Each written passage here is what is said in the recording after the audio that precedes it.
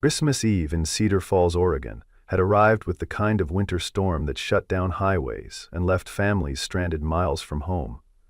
Jack Morrison was driving home from an emergency call when his headlights caught something that made him pull over immediately. A black sedan, wrapped around the old oak tree beside the bus stop, steam rising from its crumpled hood. But what stopped him cold wasn't the accident itself.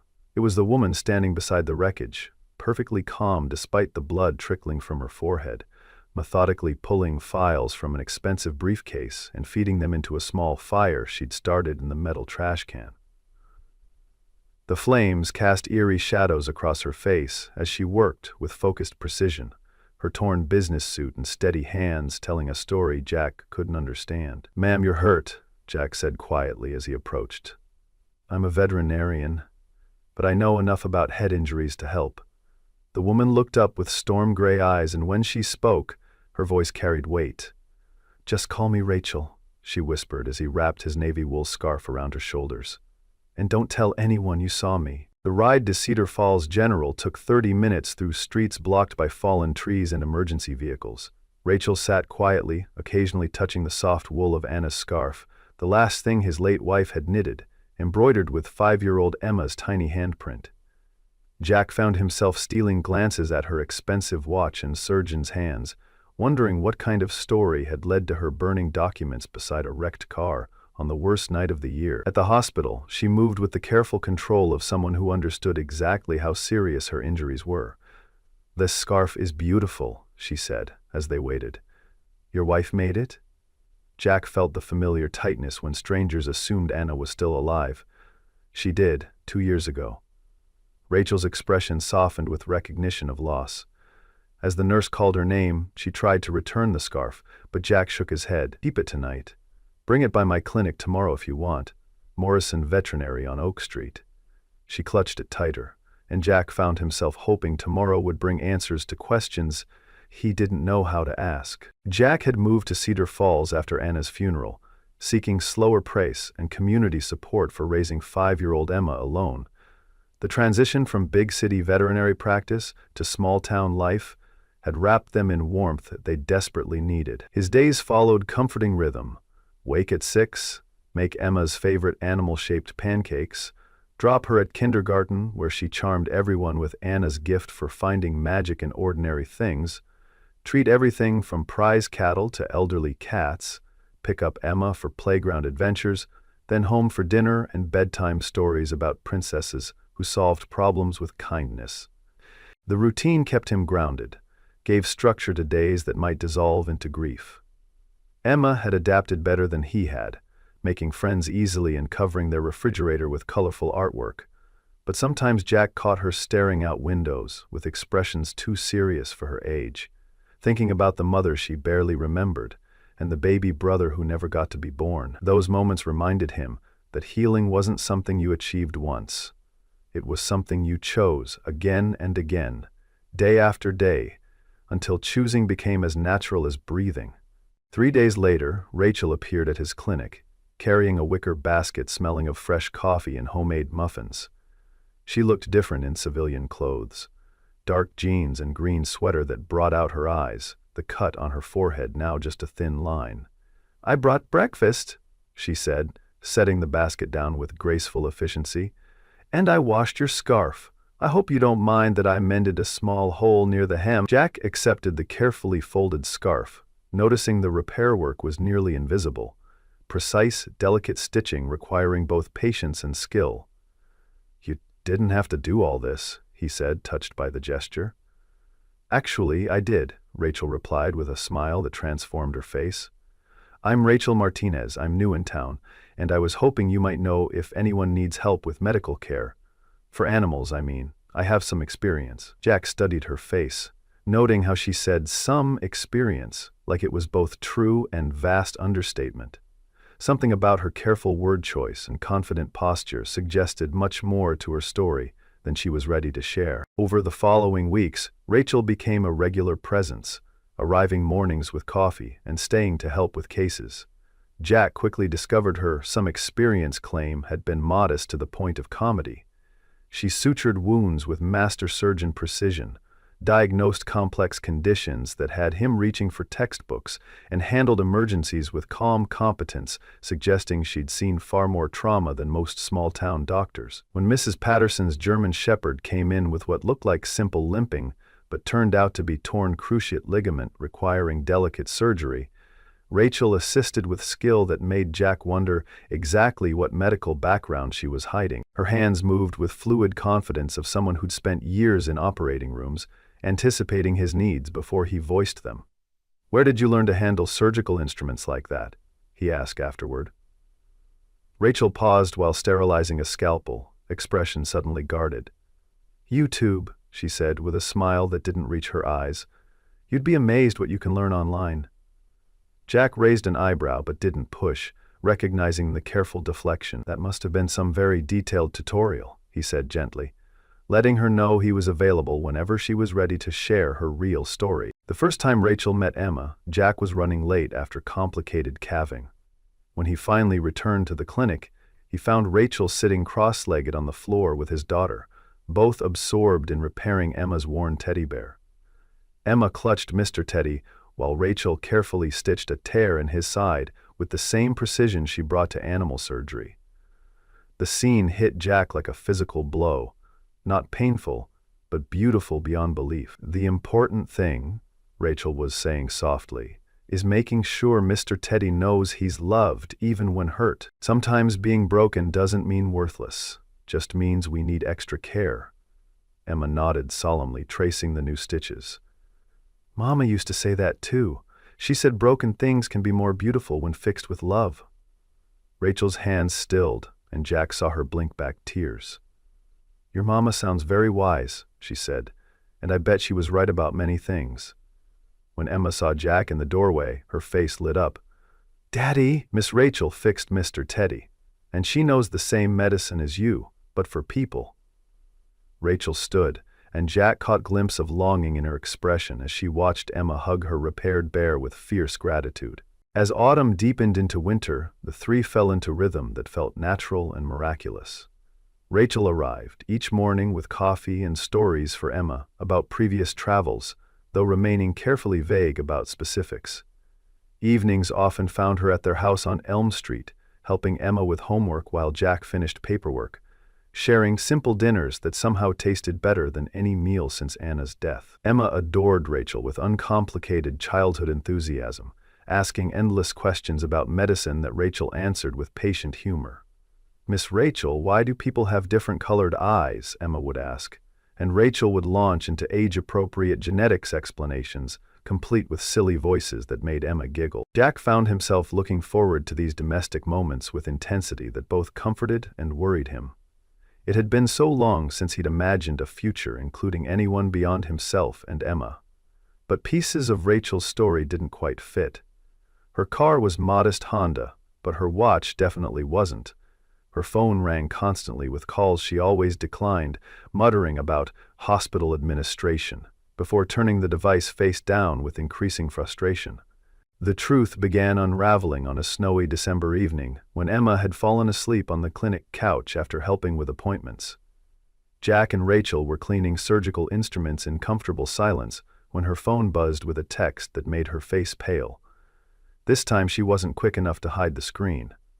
"Board meeting tomorrow at 8 a.m. Martinez Healthcare Group needs your decision about the merger proposal immediately.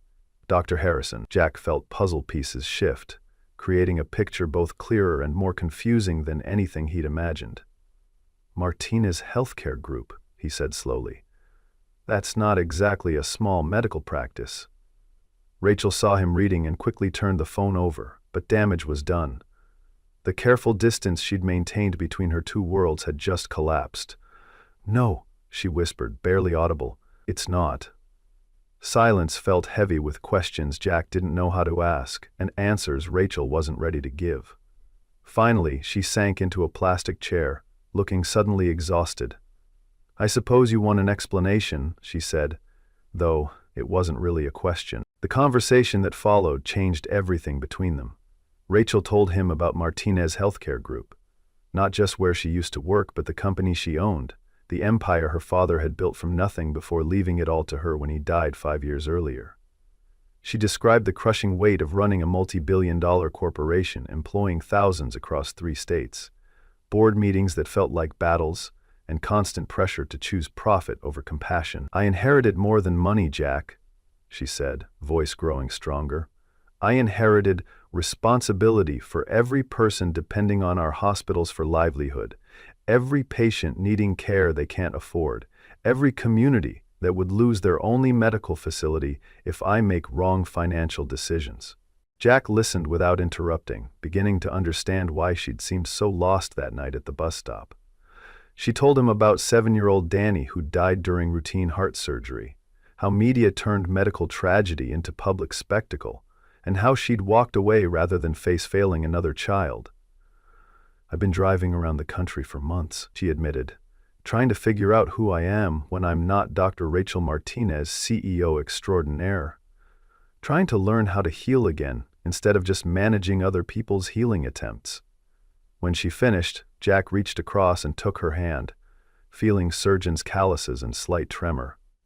"I'm sorry," he said simply.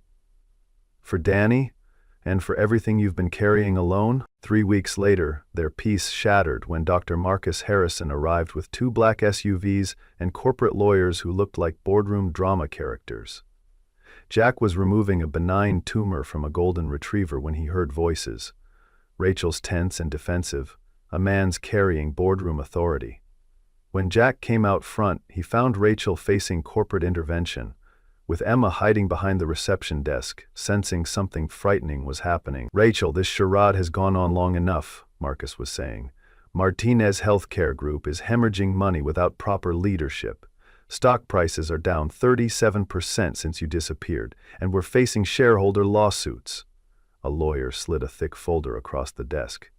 "Miss Martinez, these documents require your immediate return to active corporate leadership. As majority shareholder and CEO, you cannot abandon fiduciary responsibilities without serious legal consequences." Rachel's face was pale but determined. "I told you I needed time to reassess the company's direction. Just because I'm not in a Portland boardroom doesn't mean I've abandoned anything." Marcus noticed Jack and extended his hand, with practiced charm that felt threatening. "Dr. Morrison, I presume? I'm Dr. Marcus Harrison, Chief Medical Officer at Portland Medical Center and interim CEO of Martinez Healthcare Group. I'm here to bring our CEO home." The emphasis on "our CEO" made Jack's stomach clench. This wasn't just about a job, but about a woman whose wealth and power made her completely different from the person who'd been healing animals and reading bedtime stories to his daughter. The confrontation was swift and devastating. Marcus laid out exactly what Rachel's disappearance had cost. Hospitals forced to close in rural communities, medical research programs canceled, specialized treatment centers unable to operate without strategic leadership. "Do you understand what you've done?" Marcus asked, voice rising. "Dr. Morrison, your friend here isn't playing hooky from some corporate job. Rachel controls a healthcare empire worth over $2 billion.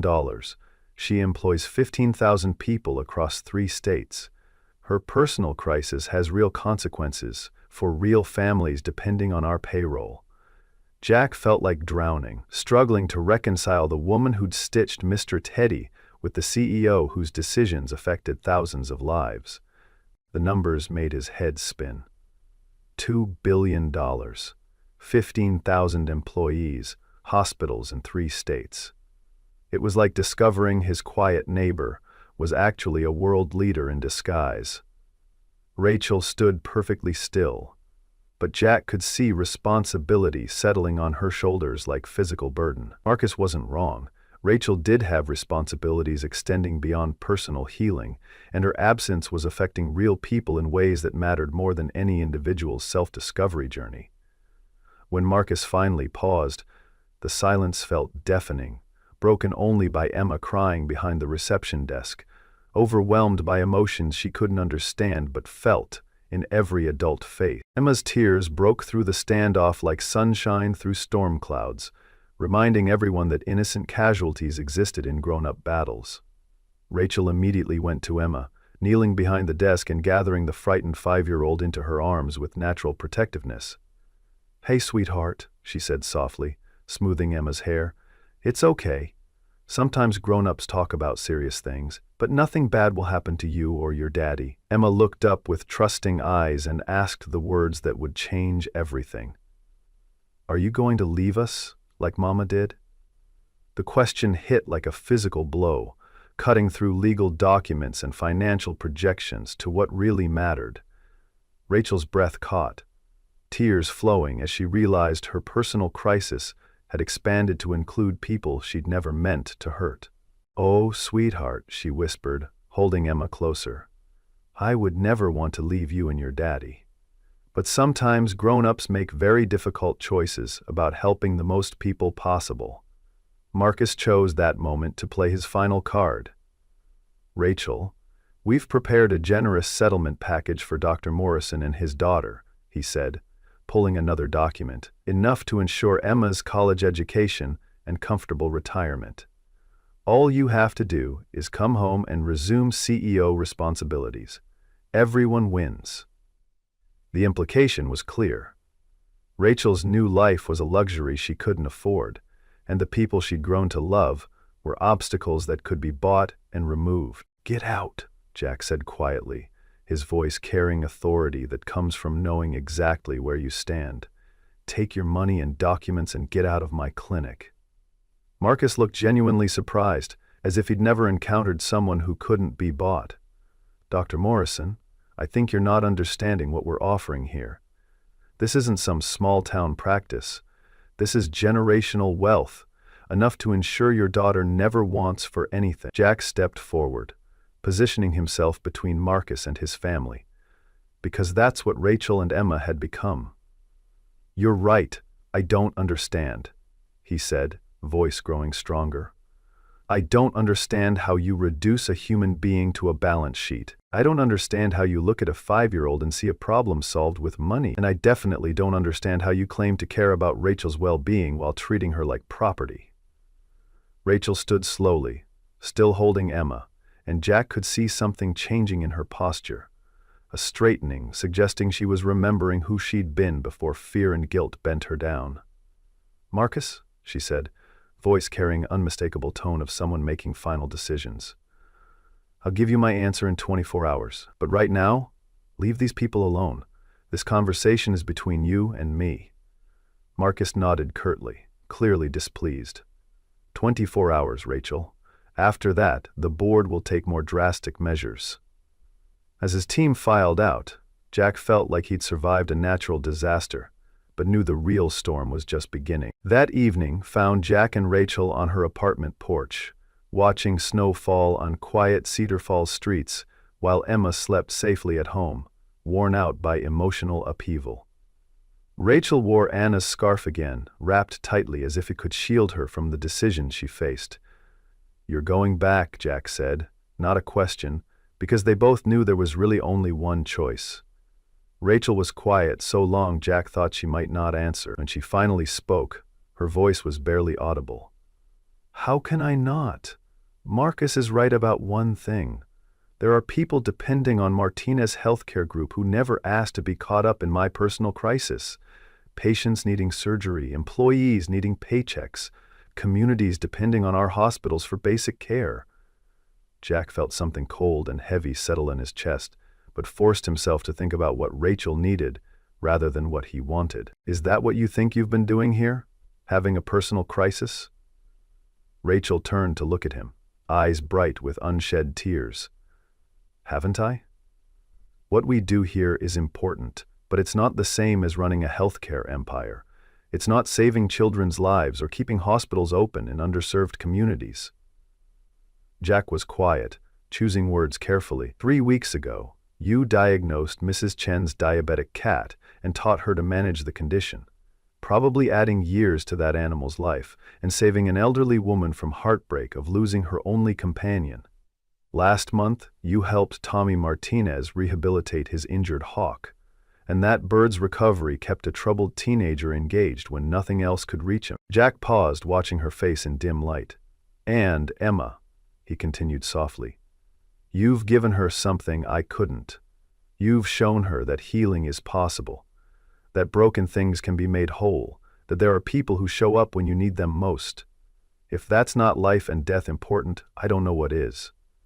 Rachel was crying now, tears flowing silently into Anna's scarf. But what if Marcus is right about me being selfish?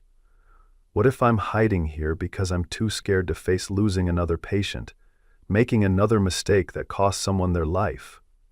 Jack took her hand, feeling the tremor that never quite went away. Then you're human, he said simply. And being human doesn't disqualify you from being a healer. It makes you better at it. But Rachel, whatever you decide has to be your choice, not Marcus's and not mine. You're the only one who knows what you can live with. They sat in silence as snow continued falling, and Jack thought about Anna and how she'd always believed love meant supporting someone's choices, even when those choices broke your heart. When Rachel finally stood, she carefully unwound Anna's scarf and held it out with shaking hands. "This belongs with your family," she said quietly. "It was never meant for me." Jack looked at the scarf, at Anna's careful stitches and Emma's tiny handprint. "Keep it," he said, voice barely steady. "Anna would have wanted you to have something to remember us by." Rachel shook her head, pressing the scarf into his hands with finality that felt like goodbye. "I don't need anything to remember you by, Jack Morrison. Some things are too important to forget." 2 weeks passed like slow-motion car accident, with Jack going through daily motions while feeling like half of himself had been surgically removed.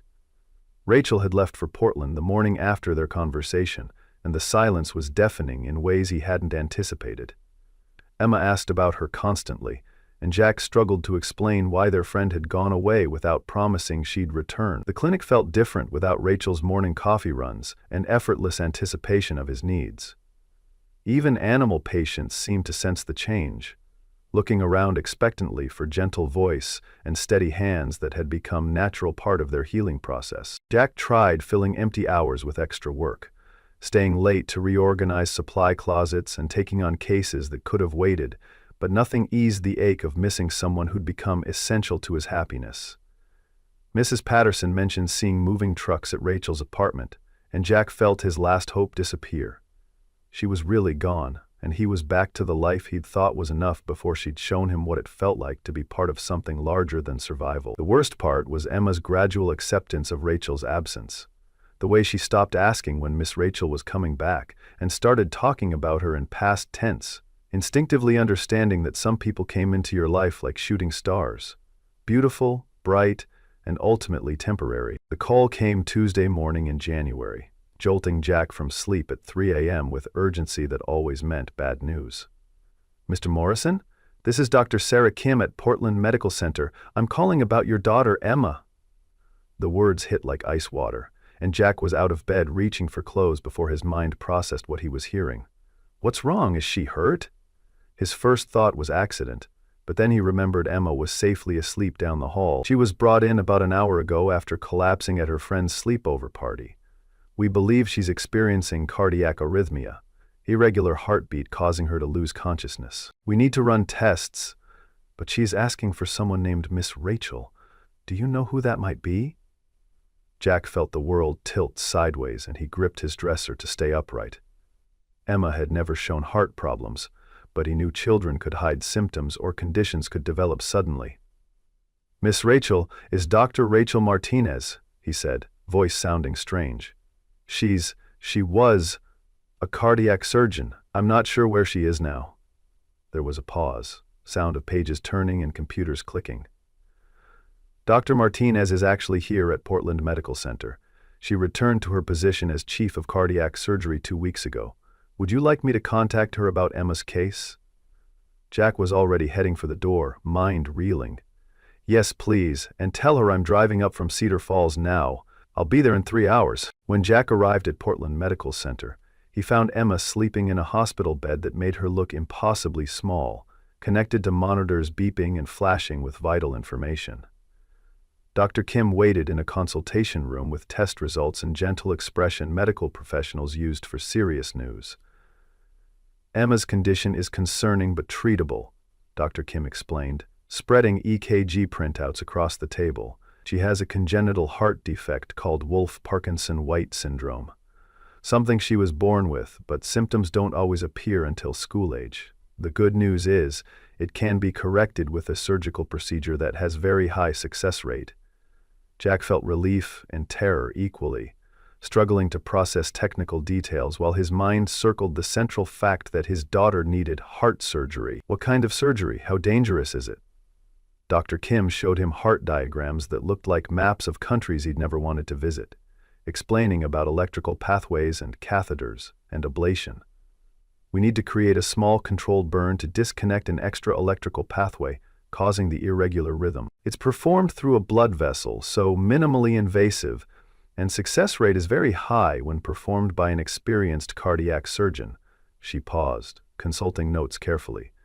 I understand Emma has been asking for Dr. Martinez. While I could certainly perform this procedure, Dr. Martinez is one of the most skilled cardiac surgeons in the country, particularly with pediatric cases. If you'd like, I could ask her to consult on Emma's case. Jack nodded without hesitation, knowing that whatever complicated feelings he had about Rachel's departure, Emma's health was more important than his wounded pride or broken heart. Emma woke an hour later, groggy from sedation but alert enough to recognize her father. "Daddy, my heart feels funny," she said, pressing a small hand to her chest with matter-of-fact acceptance children brought to frightening situations. "Like it's skipping rope inside me." Jack smoothed her hair, remembering how Anna used to do the same when Emma was feverish, trying to keep his voice steady. "The doctors are going to fix it, sweetheart. You're going to be just fine." Emma's eyes brightened with interest rather than fear, and Jack marveled at his daughter's resilience. "Is Miss Rachel here? I dreamed she was singing to me." Jack felt his throat tighten with emotions he couldn't name. "Dr. Kim is trying to call her, but even if she can't come, there are other very good doctors here who can help you get better." Emma nodded seriously, but Jack could see disappointment, and he found himself praying that Rachel would agree to see them. That whatever had driven her from Cedar Falls wouldn't prevent her from helping his daughter when she needed it most. Before he could say more, there was a soft knock on the door, and Rachel appeared in the doorway, wearing scrubs and the focused expression Jack had learned to associate with medical emergencies. "I hear someone's been asking for me," she said gently, moving to Emma's bedside with fluid grace of someone who belonged in hospitals. Emma's face lit up with pure joy. "Miss Rachel, I knew you'd come. My heart is broken, but now you can fix it." Rachel sat on the bed's edge, taking Emma's small hand in both of hers. "Well, let's take a look at what's going on, shall we?" The surgery was scheduled for the next morning, and Rachel spent the evening going over Emma's test results with intensity that reminded Jack why she'd become chief of surgery at such a young age. "The pathway we need to ablate is in a tricky location," she explained as they stood outside Emma's room. "It's close to the normal electrical system, so it requires a very steady hand and precise timing. But I've done this procedure dozens of times, and Emma's anatomy is actually quite favorable." Jack nodded, trying to process technical details while fighting waves of parental anxiety. "Is there any chance of complications?" Rachel was quiet for a moment, and Jack appreciated that she didn't try to sugarcoat reality. There's always risk with any procedure involving the heart, but the biggest risk Emma faces is not having the surgery. Without treatment, her episodes will get worse and more frequent. She looked through the window at Emma, who was coloring with focused concentration. "Jack, I need you to know that if you'd rather have someone else perform the surgery, I'll understand, completely. Dr. Kim is excellent, and there are other cardiac surgeons here who could—" Jack cut her off. "Emma asked for you. That's all I need to know." Rachel's eyes filled with tears. "What if something goes wrong? What if I can't save her?" Jack saw the shadow of Danny, the 7-year-old boy whose death had driven Rachel from surgery, cross her face. "Then you'll have done everything humanly possible, and that will have to be enough. But Rachel, you've already saved her in ways that have nothing to do with surgery. You've shown her that broken things can be healed, that people who care about each other show up when it matters. That's not nothing." The morning of surgery arrived gray and cold, with snow falling steadily outside hospital windows. Rachel appeared in Emma's room at 6 a.m., looking calm and professional despite the weight of what lay ahead. "Good morning, sunshine," she said to Emma, who was trying to be brave but couldn't quite hide her nervousness. "Are you ready to get that heart of yours running smoothly?" Emma nodded, then reached under her pillow and pulled out Anna's navy scarf. "I wanted to bring this with me, for luck." Jack started to object. Hospital protocol wouldn't normally allow personal items in surgery, but Rachel held up a hand. "Actually, I think that's a wonderful idea. Would you like me to keep it safe for you during the procedure?" Emma handed over the scarf with the solemnity of someone entrusting a precious treasure. "It has magic in it," she whispered. "Mama Anna put love stitches in it, and then Miss Rachel fixed it with more love stitches, so it has extra protection." Rachel accepted the scarf with appropriate gravity. "I'll take very good care of it, and I'll take very good care of you too." As the surgical team wheeled Emma toward the operating room, she called out to Jack, "Tell Miss Rachel to remember about the love stitches."